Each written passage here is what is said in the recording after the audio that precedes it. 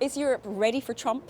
EU leaders may be rushing to congratulate the new US president-elect and welcome him with warm words, but the mood here in Brussels is as cold and gloomy as the weather, and that's because rocky times are ahead for transatlantic ties. Just as the EU's biggest players, France and Germany, are embroiled in domestic dramas around shaky governments and coalition breakups. The first question is around defence. For decades, Europe has relied on the US as its protector through the NATO military alliance.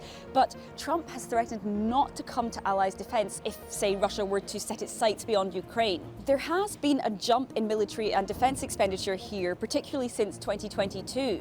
And there are major efforts underway to try and ramp up weapons supply chains. But the reality is Europe is still not self-sufficient when it comes to arms production or the capacity to react quickly and decisively to an attack. That's why we'll probably see European leaders pretty hesitant to criticise Trump overall.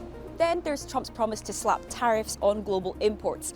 That could hit European industry hard. The US already introduced more protectionist trade policies under Biden, and the EU laid out new laws to be able to respond more quickly. But some EU countries like France want to borrow big to pump funds into European firms to help them compete. Countries like Germany and the Netherlands, meanwhile, tend to be very sceptical of joint borrowing or more debt because of the possible economic fallout.